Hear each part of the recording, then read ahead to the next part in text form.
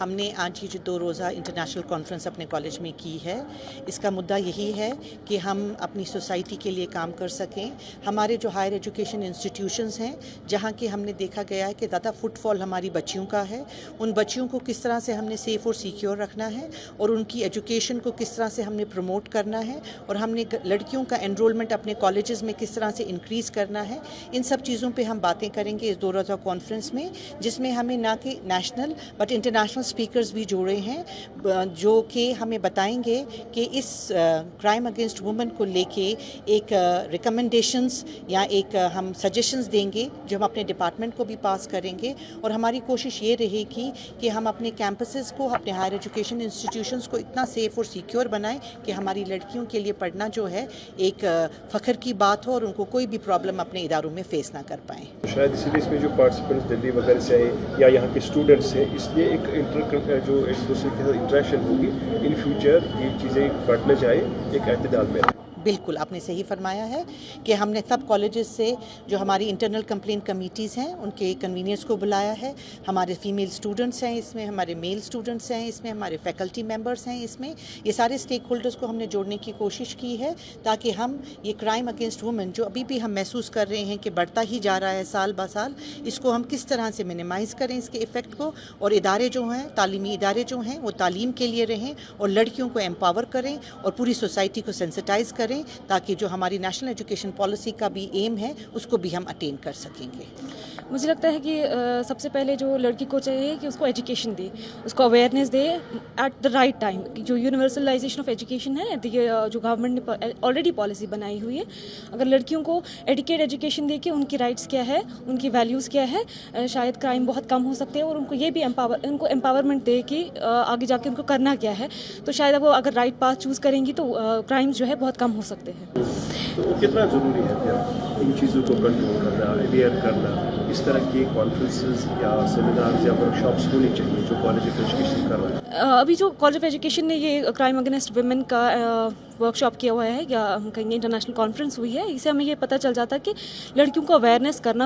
Awareness देना बहुत ज़रूरी है कि क्राइम्स किस तरह के हो सकते हैं जिनको शायद उनको पता भी नहीं है ये क्राइम हो रहा है या उनको एक्सप्लॉइट किया जा रहा है, चाहे वो वर्किंग वुमेन्स हो या फिर डोमेस्टिक वुमेन्स हो, उनके साथ कितना वायलेंस हो रहा है। उनको अवेयरनेस देना है कि हमारा एक फ़र्ज़ है, अगर हम एजुकेटेड वुमेन हैं इस वक्त हमें फ़र्ज़ है कि घर में बैठी औरतें या लड़कियाँ हैं, छोटी बच्चे हैं, उनको पता चले कि उनके खिलाफ कितनी ज़्यादतियाँ हो रही है और उसके खिलाफ किस तरह से आवाज़ उठाएं। टुडे इंटरनेशनल कॉन्फ्रेंस ऑर्गेनाइज किया गया बीएड कॉलेज ने under the aegis of and the leadership of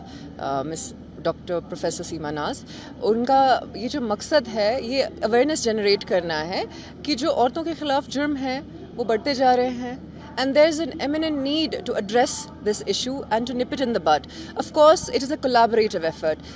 ये single-handedly कोई नहीं कर सकता.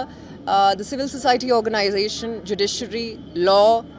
members of the society, men and women both partake in it so as to ensure that crimes against women are addressed and effectively resolved in today's time. हालांकि अगर देखेंगे हमारे कश्मीर में अभी तक ऊपर वाले का करम है, उतने लेवल पर क्राइम नहीं हो रहा जितना आउटसाइड जेल के है, लेकिन इस लेवल को बरकरार रखने के लिए इस तरह की कॉन्फ्रेंसेस की ज़रूरत है। बिल्कुल ज़रूरत है, कॉन्फ्रेंसेस की ज़रूरत है और स्टूडेंट पार्टिसिपेशन बहुत होना चाहिए इसमें। The youth has to participate because the youth is our future and also we realise कि if we were talk of the older times, women were not very educated. They were socially dependent, they were financially dependent. But with the change in times, आप देखेंगे कि लड़कियां पढ़ी लिखी हैं, financially independent है, अपने हकूक जानती हैं, तो जब कुछ जुराइम होते हैं उनके खिलाफ तो वो आवाज़ उठाती हैं, आगे आती है. So there's a need to address and there's a need to create awareness कि लीगल इमदाद क्या क्या है, वो कहाँ आ सकती हैं, हम कैसे उन्हें लीगल इमदाद फराम कर सकते हैं. क्राइम अगेंस्ट वीमेन या इसके इंटरनल जितने भी